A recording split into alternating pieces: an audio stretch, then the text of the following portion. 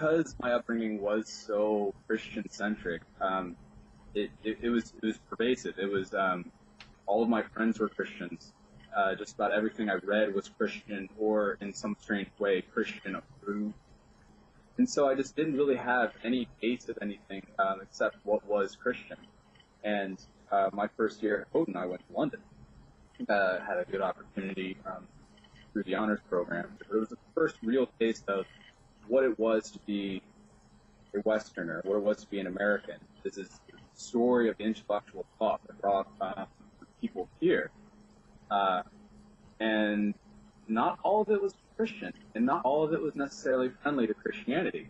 And I sort of had a little crisis when I was in London. I remember I wasn't the only one. A lot of us had just read Freud, and we had to get all the professors in there to sort of console us because it was pretty shattered what we read. And I found it really shocking, and I probably at that point could have turned into myself and really just sort of expressed what I believed with even more fervor. And instead what it led to was a questioning of what I believed. Things like the moral value of a God that would send people to hell for not believing in him.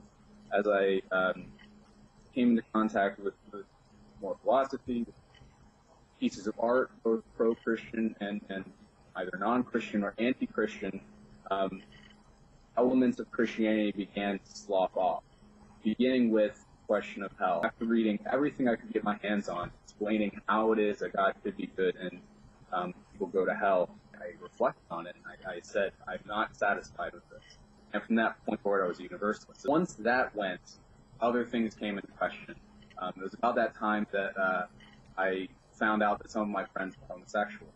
And while the sort of anti-homosexual inclination that had been put into me from a very young age, already starting to weaken, I came to realize that actually there's no real reason for the condemnation of homosexuality. And it just went on like that until I got to February 11th, 2010, at 9:30 a.m., I remember it, my deconversion experience, when I kind of just summarized everything that had happened. And I was still so scared to make the step I really did want to make, what I felt like my rational reflection had led me to, that there was no God. And I decided to sort of try it out, like, a kid kind of starting out at the deep end of the pool. You make that tenuous, it's my doggy paddle strong enough to keep me afloat here. And so I'm just going to give it a try. And I took that step, and it was an evangelical moment. It was poetic, it was almost spiritual in its non-supernatural sense. Everything was brighter, everything was sharper, and I just never looked back. And I'm still figuring it out. But the process was critical thinking and coming into contact with other forms of thought that had simply been deprived. I had been deprived of when I was younger. My break was at once drastically decisive and the result of numerous latent anxieties. I will never forget the actual event. It was the beginning of my senior year. My high school had this homecoming tradition, and we were all hanging out. It was the Friday night before the dance when we had like all the school festivities and games, and I remember standing around almost the entirety of the junior and senior classes, and all of a sudden the nomos, the meaningful world order, just shattered at my feet. I knew that me and my friends were very sincere about our faith, and so instead that led me to question God. I mean, if everyone is sincerely praying, doing his will, repeating the verses recorded in his word, then why does nothing happen? Why is salvation so unattainable? Why are we still haunted by these problems of the world that I have found the church all of a sudden insufficient and inadequate to answer? And then that night, I mean, to be completely honest, I actually spent it researching suicide methods on the internet. I mean, this was the first time I had ever overtly questioned the Christian faith, and this shook me so radically because I had such a dogmatic and, almost, I would even say, fanatical attachment to it, that even those thoughts coming to their actual articulation rendered me absolutely defenseless. So that was really when that idea of God for me shattered.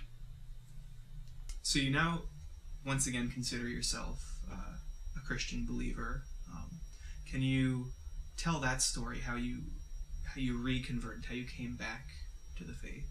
Towards the conclusion of my experience in the honors program in London, over my time in London, my theological reflection was very chastened and very challenged. I mean, I'm not saying I acted perfectly or admirably in this time, but I genuinely was seeking answers, trying to understand what Christianity means, has meant, whatever. When we started to get to the contemporary perspectives on theology, I mean, reading Paul Tillich, reading Nietzsche, but having the Houghton professors contextualize them through the overarching narrative of the Christian tradition resonated with me very deeply and brought me again to the acceptance of grace, to the eternal yes saying of myself.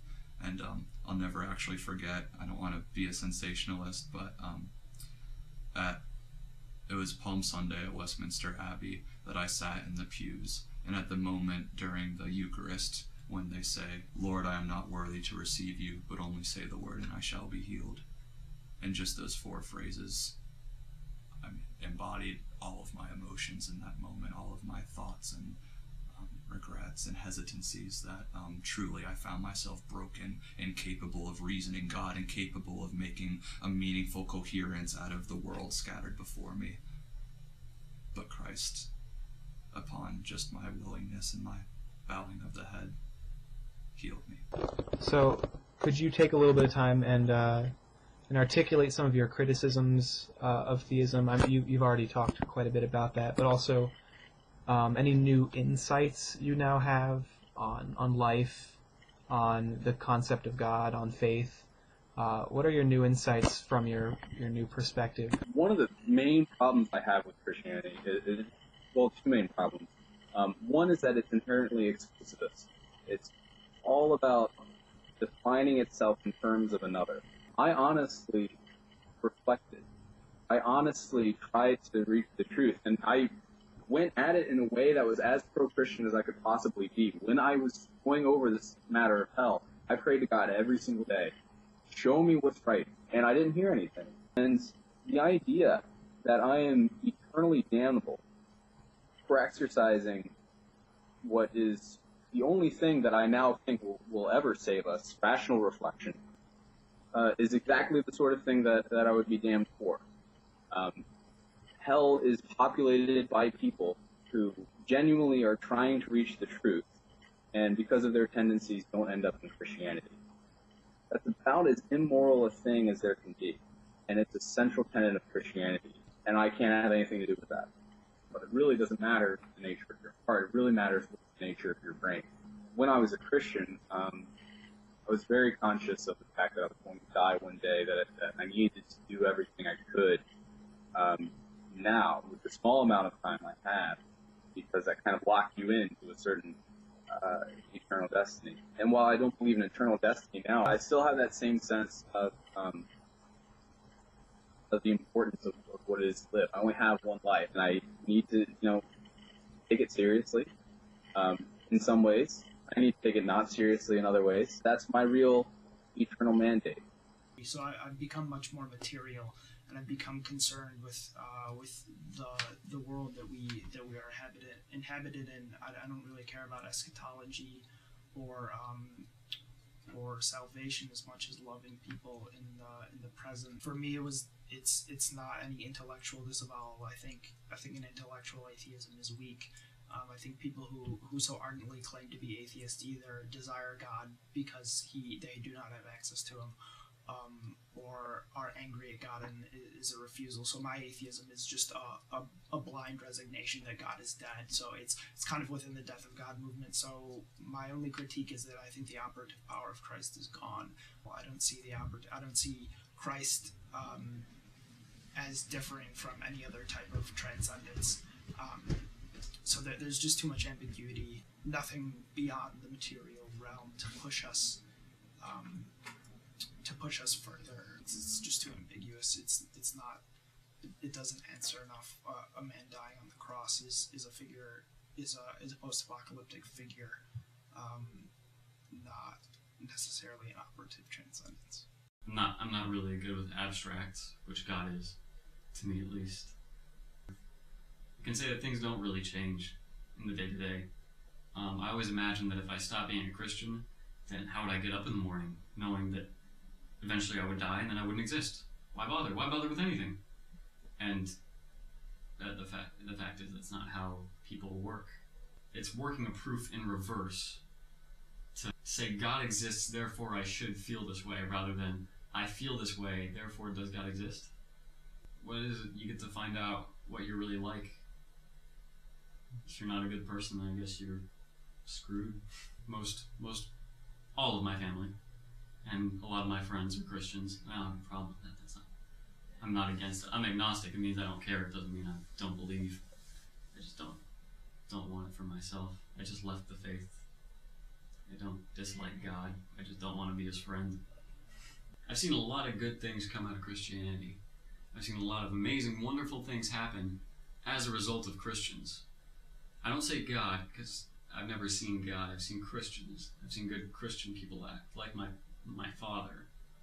And I can see the good effects of Christianity in his life. And I'm so glad that he became a Christian and that he found God. It's just not, I don't think it's a panacea. I don't think there's one cure for the human illness. I don't have a lot of criticisms of theism for Christianity. I think it's good for some people and not so good for others, like every medication. There's no real problems with it. It's not too, Christianity at its best can be just good. It can be non-judgmental and very forgiving, but the system demands good people, but it doesn't necessarily demand good actions. When I was 6 or 7, my older sister kind of like bullied me into asking Jesus into my heart, which was a miserably awkward experience. I didn't want to do it. It felt like standing naked in front of my class or something, like just horribly genitally awkward and exposed. And I just went into my room and I prayed the prayer and I came back out and I was like, Sarah, I did. And she was like, okay, fine, you did. You're safe from hell. And she did it out of love. She didn't want me to burn in hell. I didn't want to. Kids shouldn't have to feel that kind of guilt growing up.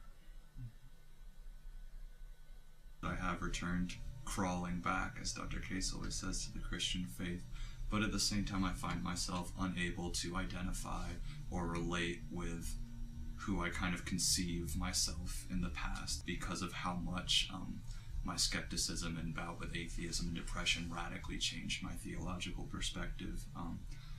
I'll just go ahead and throw this out there. I would go as far as to say that agree with Tillich that the God of classical theism is dead and we have killed him. But I do also affirm hopefully with Tillich that the God above God is his language, the God above classical theism, the God that is not limited to how we've metaphysically tried to contain him through our philosophical enterprise, provides the message of Christianity, the new creation amidst the old, the paradox of life amidst the death we see in the symbol of the crucified Christ. I even offer a biblical consideration. Can we bear to hear the power of Christ's dying words on the cross in the Hebrew, Eloi, Eloi, lama sabachthani, my God, why have you forsaken me? You know, I juxtapose this with Nietzsche's denouncement, there has only been one Christian, and he died on the cross. And I think with that, even seeing God the Son question the emptiness and loneliness of God the Father is crucial to the plight of the Christian. And I'm not making a soteriological claim. I'm not really saying with Barth that to be saved you have to be rendered into cycles of despair and hopelessness for God to miraculously break through. That's certainly what happened with me, but I would never say that my experience has to be normative. But I do think this God of classical theism pales in comparison of the God on the cross and God the creator of the Hebrews.